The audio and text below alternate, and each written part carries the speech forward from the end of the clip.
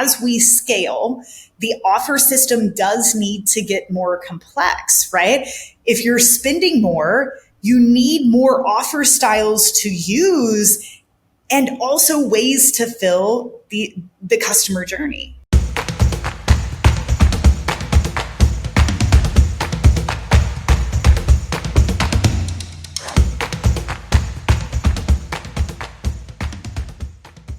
Well, hello, and welcome to another edition of the E-Commerce Evolution Podcast. I'm your host, Brett Curry, CEO of OMG Commerce.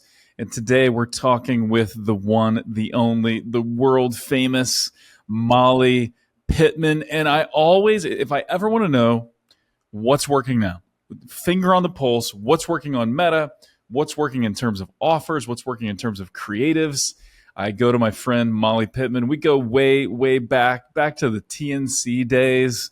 Now we collaborate a lot as she's the CEO of Smart Marketer and managing partner of Smart Marketer Agency. And so with that, Molly Pittman, welcome to the show. And how's it going? Brett Curry, one of my favorite people to talk to. I feel like you and I have found ourselves in frequent conversations recently of like, hey, is this happening for you? Yeah, it's happening for me. It's like that validation and support is so totally for entrepreneurs. So thanks for being a good friend. Yeah, sometimes sometimes we're sharing ideas. Sometimes we're just kind of like what the hell? Like, and are you experiencing this? I'm experiencing this, and so the agency life is a wild one, and so we get to share that and. Yeah, it's a great. I call it business therapy. Business therapy, yes. Glad we can be therapy buddies on this agency journey. Hey, you need it. Yeah, without a doubt. So walk people through, those that don't know, and I think most people probably do, but what do you guys do at Smart Marketer? What do you do at the Smart Marketer Agency? And kind of give us the latest and greatest. Yeah, good question. So we really have two sides to the Smart Marketer business. One is the media side that's been around 12 plus years now. And that is purely there for education. So courses, which Brett Curry is a faculty member and part of. Brett teaches a few of our courses, mentorships, masterminds, any way that we can support business owners and marketers in their effort of growth and staying up to date on their skill sets. That is really the media side of Smart Marketer. And then, of course, we have the agency side, which is the done for you. So that's where we offer services like email and monetization, creative, paid advertising, really in efforts to also help grow businesses, but usually at a different size. Yeah, I love both sides of your business. On the agency side, obviously, we share a lot of clients. You guys growing on the Meta side, and OMG helping on the Google and YouTube side. And it's a great partnership there. Really good teamwork. Love that. I wish more of our clients use Smart Marketer Agency. And then, yeah, on the training side of the media side, listen, that's how we train new people that come to OMG. We send them through the courses that we created as part of Smart Marketer, but also your other courses are fantastic. So you've got an in-house team or you've got an agency, like utilize those resources to get someone up to speed. And it's all performance-driven, proven stuff. It's just great training. Great training. Yeah. So well, thank you. Yeah, it's really one business, and it's just living by what we do, which is do it, know what works, and then teach it. So both sides of the business really feed one another in a great way. So cool.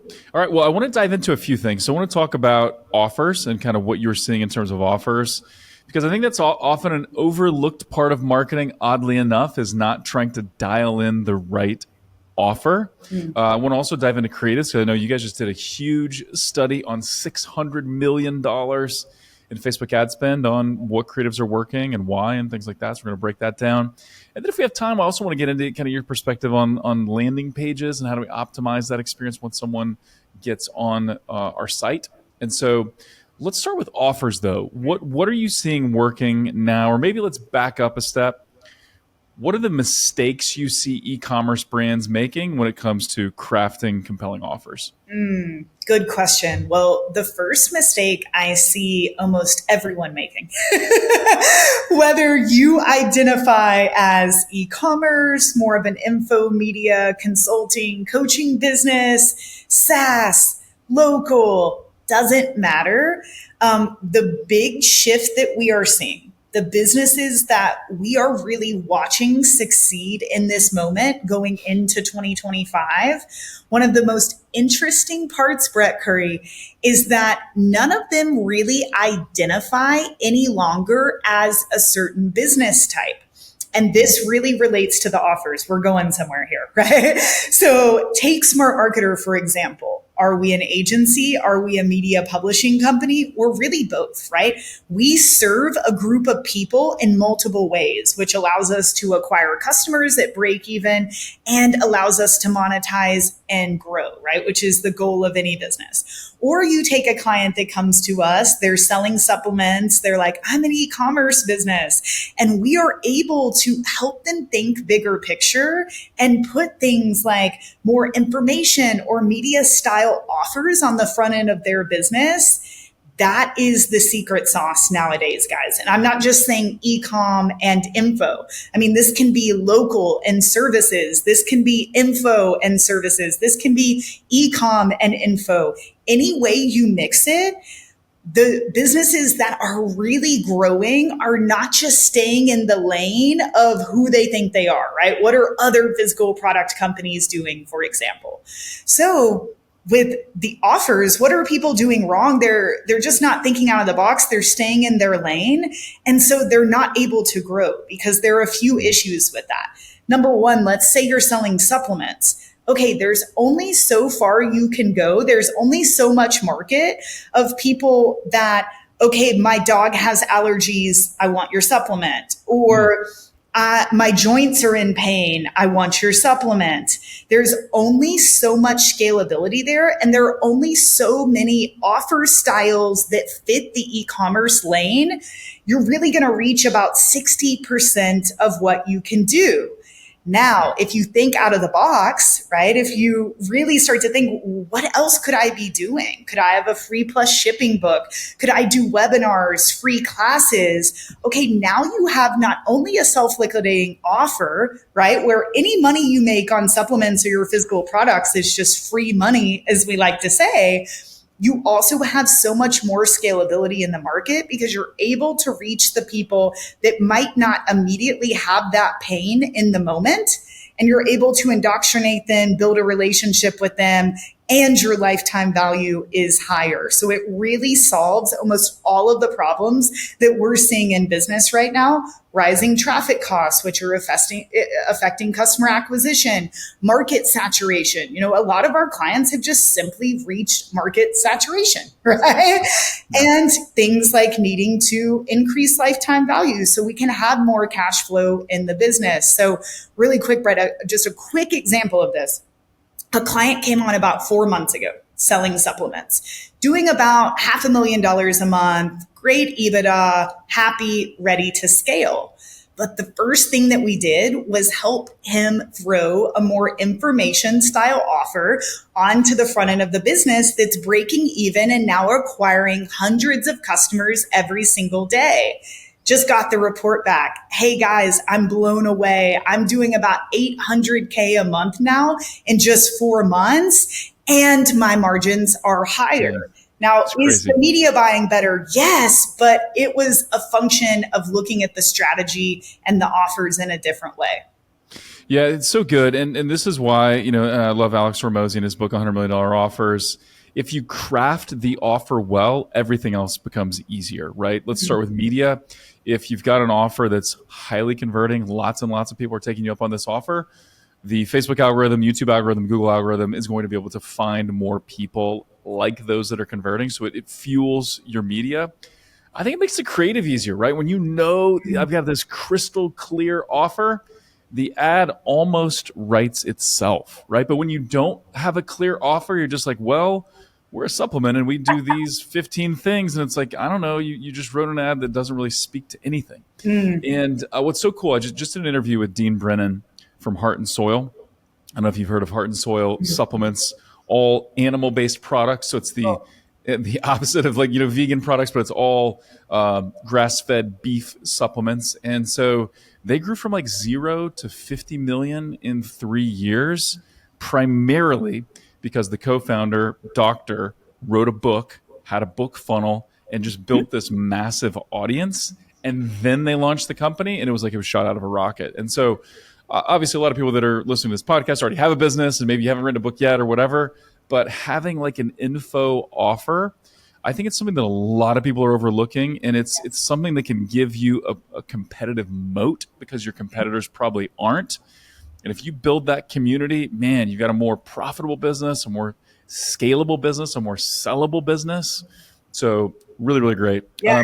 Yeah. And really quick, Brett, it's also understanding that the offers that took you to 1 million probably aren't going to take you to 5 million, probably aren't going to take you to 20, Yeah. 50. Yeah. Things do get more complex. And just people just really need to understand that, right? This isn't just about spending more money and being better media buyers. Totally. That's just icing on the cake. Right. There is, I mean, unless you have a truly novel product that people have not heard of that just knocks your socks off, right? This is the game to be playing going into 2025.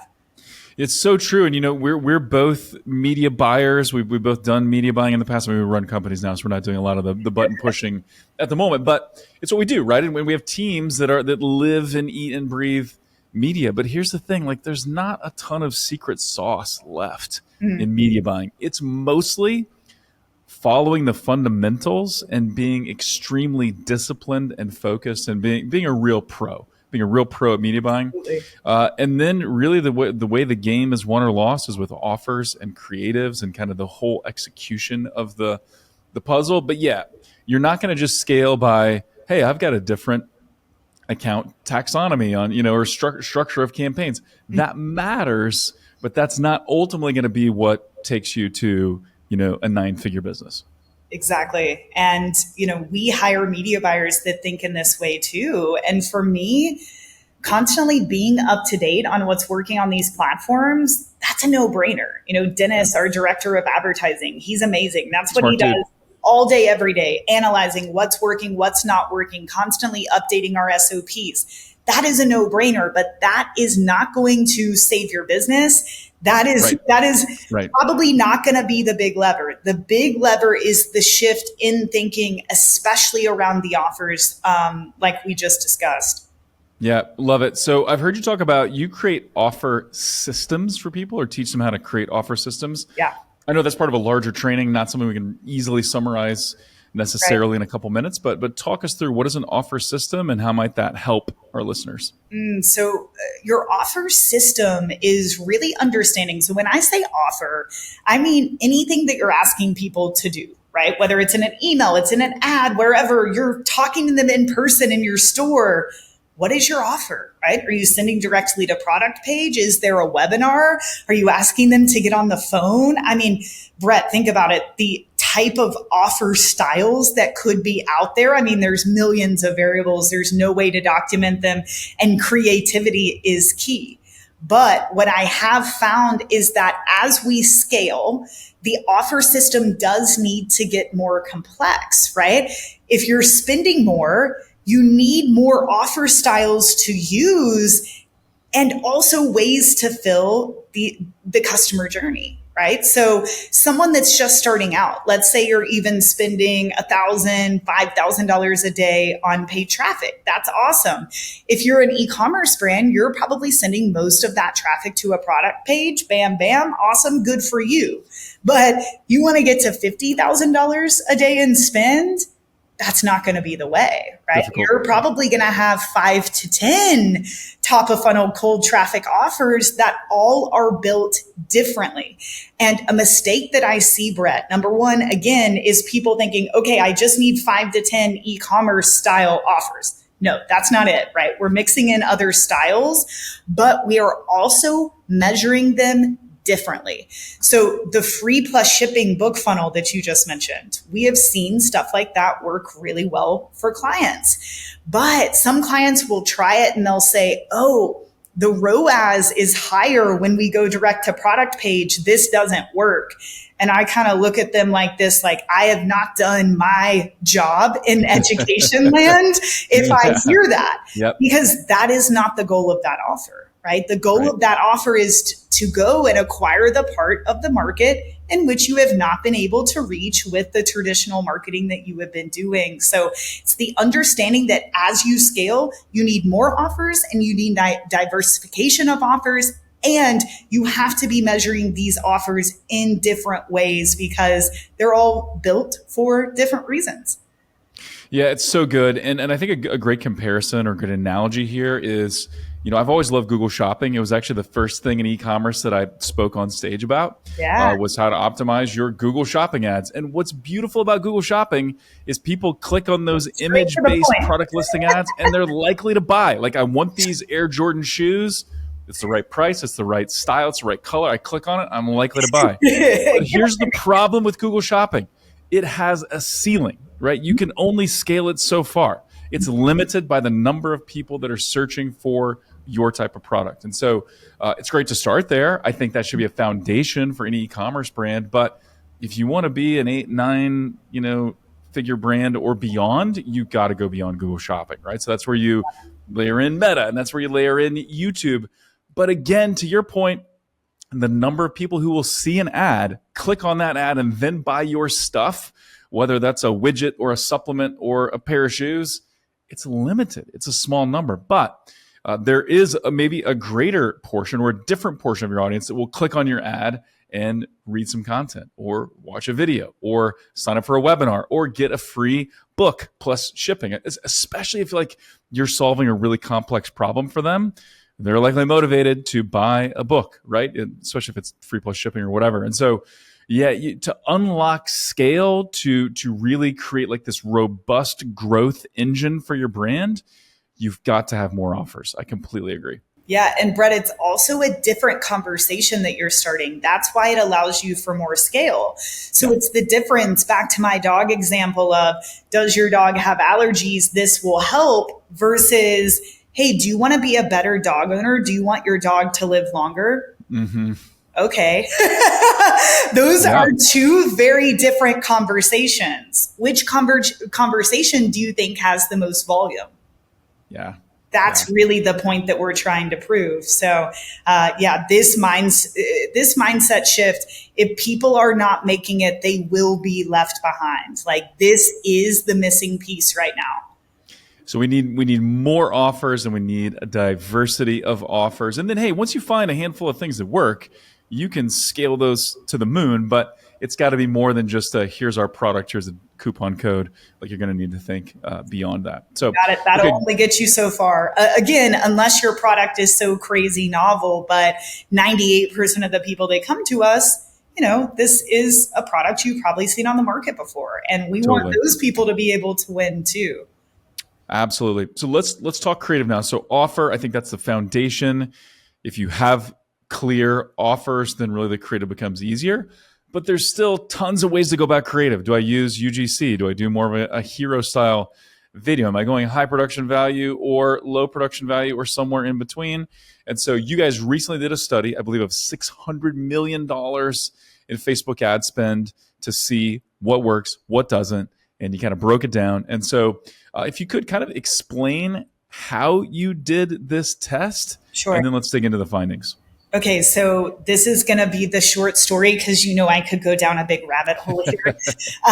But the way in which we analyze this is essentially pumping all of this data into one creative report where we essentially had a proprietary formula that allows us to rank creatives as low, mid, or high performing.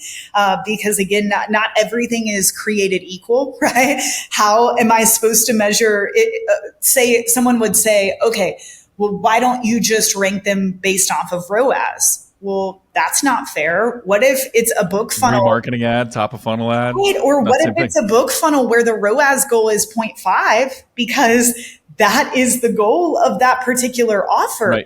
Right. You can't rank them based off of ROAS. So not to go into too much detail and completely nerd out, but essentially a proprietary formula that factors in, number one, ad spend, because we know all accounts that are being pumped into this report are direct response. So we're only spending essentially if it's working, right? And if you're spending more on an ad or a creative, it is doing its job. That's Totally. factored in.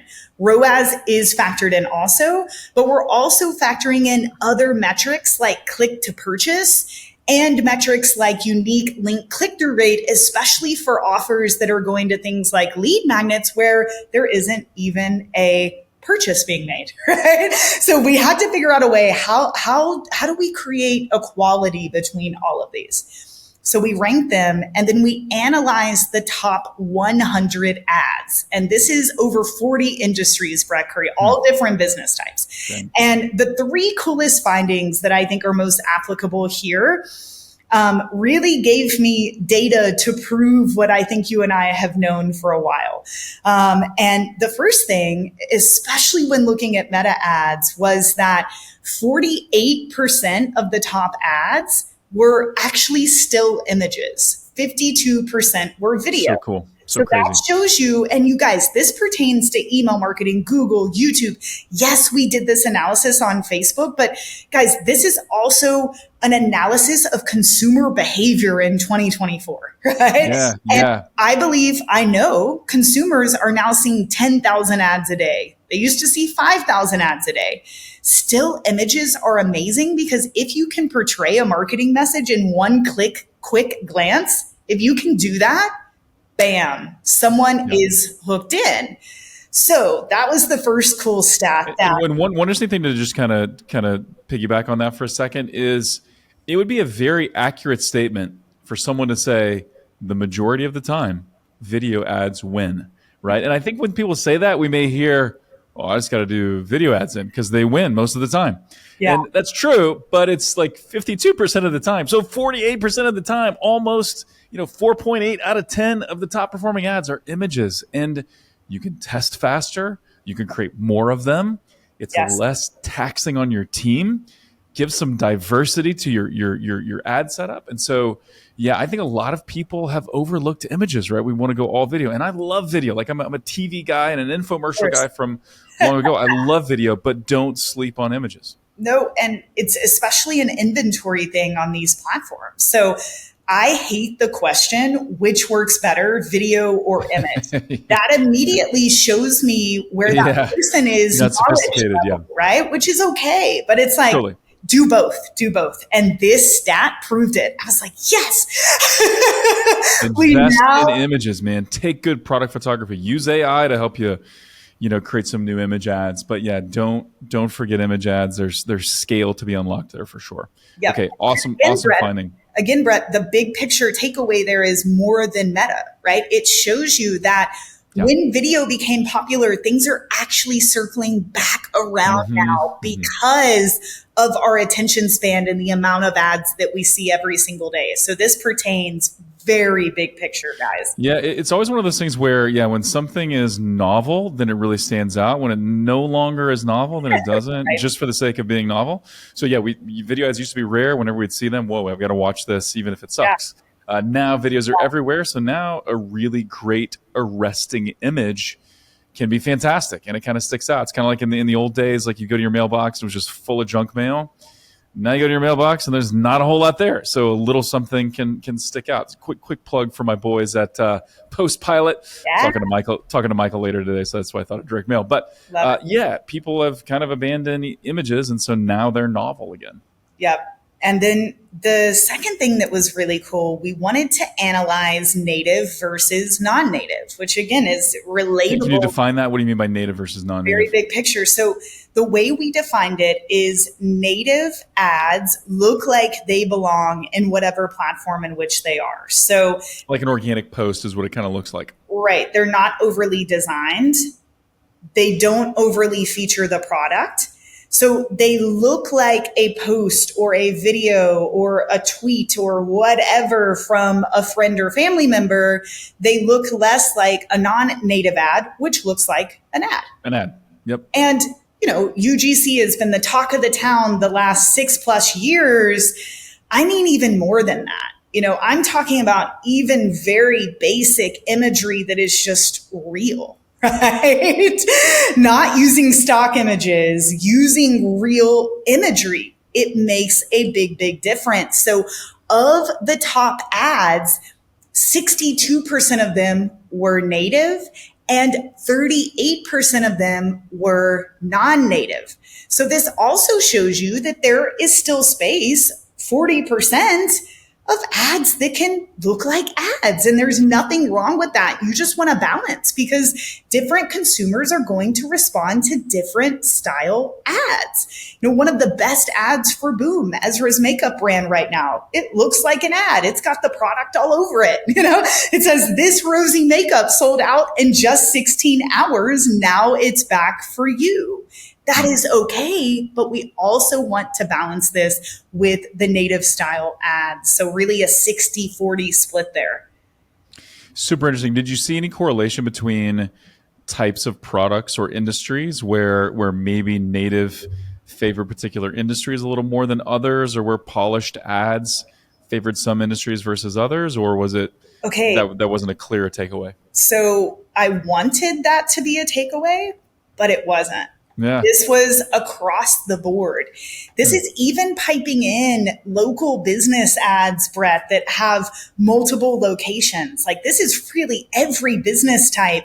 There was not a correlation. Isn't that wild? Because, Super interesting. and the reason is it doesn't matter, right? This is about the consumer and what they want to interact with. I don't care what the business type is. So yeah, across the board, about a 60-40 split. Great. And what are you seeing in any insights on kind of what's working with for those native style ads? Like what are you have you any examples come to mind of brands that do that really well? Yeah, definitely. So one of our clients, Nutrapol, the dog supplement company, Shared client. Yep. we Yep. shared this. We share this client. If you guys go to Facebook ad library right now and type in Nutrapol, you will see so many examples of these. And you know the best part of this, Brett Curry? Most of the native ads that are working, the media buyer made them in Canva in like 4 minutes. Yeah. Isn't that awesome? So one that Yeah. you'll immediately see is, you know, an up close picture of a dog's dirty teeth, and then an up close picture taken on an iPhone of a dog with clean teeth, or a literal picture of a dog who's scared and hiding, and then an after of them being energetic. So it's just looking real. That's it. All the way Yeah. down to smart marketer. We're running ads for a creative class right now. And of course, our best converting ad creative, Brett, it is actually a photo with no text overlay, even. It is a photo that I took with myself and Ben Bennett, our director of creative at the restaurant that we own here in town. And it works because people stop. They're like, what is this? This looks real. Looks real. Yep. Yep. And then, of Super course, interesting. all the way up to UGC and the more complicated native styles that are out there. But basic is working better, which is so cool to see. And I think the real takeaway here, Molly, is that you need to do both. And we said that about the last point, but you need to do real native feeling, native looking ads, but do other stuff as well, right? This is Yes. not about which usually works, so let's only do that. Yes. Let's do both, right? Let's get into a consistent rhythm of creating and testing content. That's where you really unlock new levels of scale. But I love that yeah, it's just an image, of you and a guy at a restaurant, and that was an ad for a creative class, which is super interesting. Yeah, it's wild. And, Brett, what is really cool about this is that success is really becoming more about the quality of your asset production, of course. Offer, copy, creative, everything that makes up these campaigns. And the goal, again, is not to do what works best always. The goal is to build assets Yes. that suffice and attract as much of the market as possible. So Yeah. that is why diversification is so important. And then the third thing, oh, sorry, go ahead. Well, and we found, like, looking at a YouTube account as an example, usually the YouTube accounts that really scale, like that unlock unusual amounts of scale, and on YouTube it's more difficult. There are more people that scale on Facebook than on YouTube.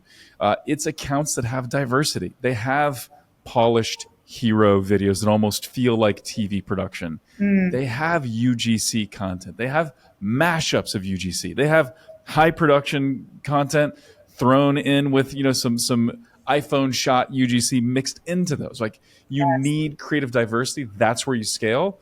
And I know from talking to people like you, that's the same on Meta.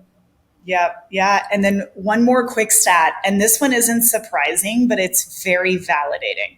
So I analyzed the percentage of ads that had a hook and didn't have a hook. And what I mean by this is feature versus benefits, which we all know in marketing, right? And this is still something especially big brands struggle with, right? You and I have worked with them. The ad is all about the feature of the product. So we went in and analyzed, and if there was a benefit displayed in the creative at all, we said it had a hook. If it wasn't, it didn't have a hook. 88% of the ads had a hook. 12% didn't. The 12% were all retargeting ads, right?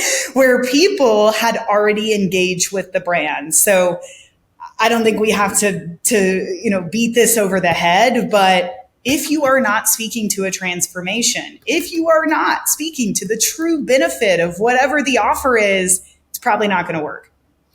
Yeah, it's so good. Yeah, so essentially, 100% of the time, you need a good hook, or the only time you don't is if someone is mostly sold and you're just tipping them. You're tipping the scales enough in their favor for them to say yes. I heard a great analogy recently that I want to repeat here that I think maybe unlocks a little bit different view of this. Let's say we're selling Hawaii vacations, right? What you should do is talk about Hawaii and how amazing it is and what it's going to be like when you're there, when you're on the beach or when you're in a jungle or driving a Jeep, on some trails or whatever. But what a lot of people want to do is talk about, here's what check-in is going to be like at the airport. And here's what it's going to be like to be on the plane and the seats are really comfortable, on your way there.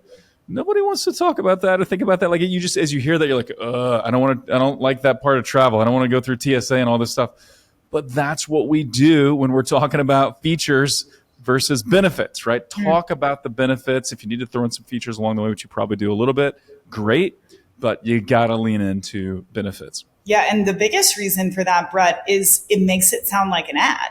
This amazing hydro jug here that you pointed out, 64 ounces. Just hold that up. But now I would like for people to guess how many ounces that is. I thought that was like 5-6 gallons. I wasn't exactly sure. But how much water does that actually hold, Molly? 64 ounces. 64 ounces. So half a gallon, that's a lot of water. And I love this water bottle, but most people would sell this as the texture and the color and how much water it holds and how it keeps the water cool and all of the features of the product. If Molly's selling this, it's about hydration and how that's going to help you be a better entrepreneur. Okay, you can have a half gallon of water if you're somewhere where you don't have a good water supply. Simple example, but if you don't get that, it's just not going to work, or the scale is not going to be there. Yeah, most people are chronically dehydrated, right? That's why I'm actually drinking electrolytes. I'm almost done here. So I drink electrolytes, right? Because my brain functions better. I work faster, work smarter, feel better, all that when I consume electrolytes and just enough water in general. So yeah, really, really good. Any other takeaways from the study? Yes, I don't have a piece of data for this necessarily. I'm going to get one, but I was actually shocked by the number of ads per brand that were actually doing the heavy lifting. So the amount of ads that are tested versus the ones that actually do the heavy lifting, it's actually a pretty small percentage.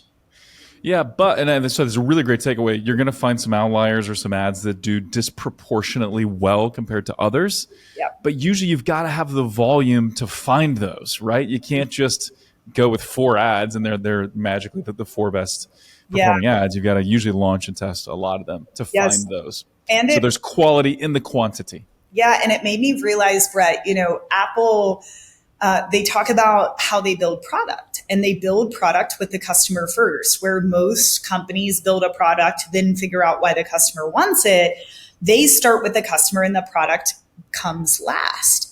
And the system we use to build creatives and all these creatives I was analyzing, especially the top ones, it was reverse. most people are building creative backwards. They have an offer or product they want to sell. They go look up templates. They start with how they want the creative to look. Bam, done. They're doing it backwards. They're missing a huge piece there of the research, of the hook selection, of the thorough, creation of the brief that then becomes cool. You want to go use a template? Great. But I need you to do the marketing work before you get there. Because it's not just about using a proven template that worked for another brand. So most people have that flipped.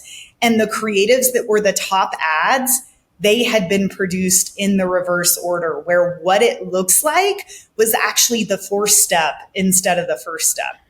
Customer centric, and the way my buddy Jacques Spitzer, from Raindrop, a mutual friend of ours, he talks about a lot of times we start building ads by saying, what do I want to say? Rather than saying, what do my prospects want to hear? What do they want to learn? What do they want to solve? What do they want to experience?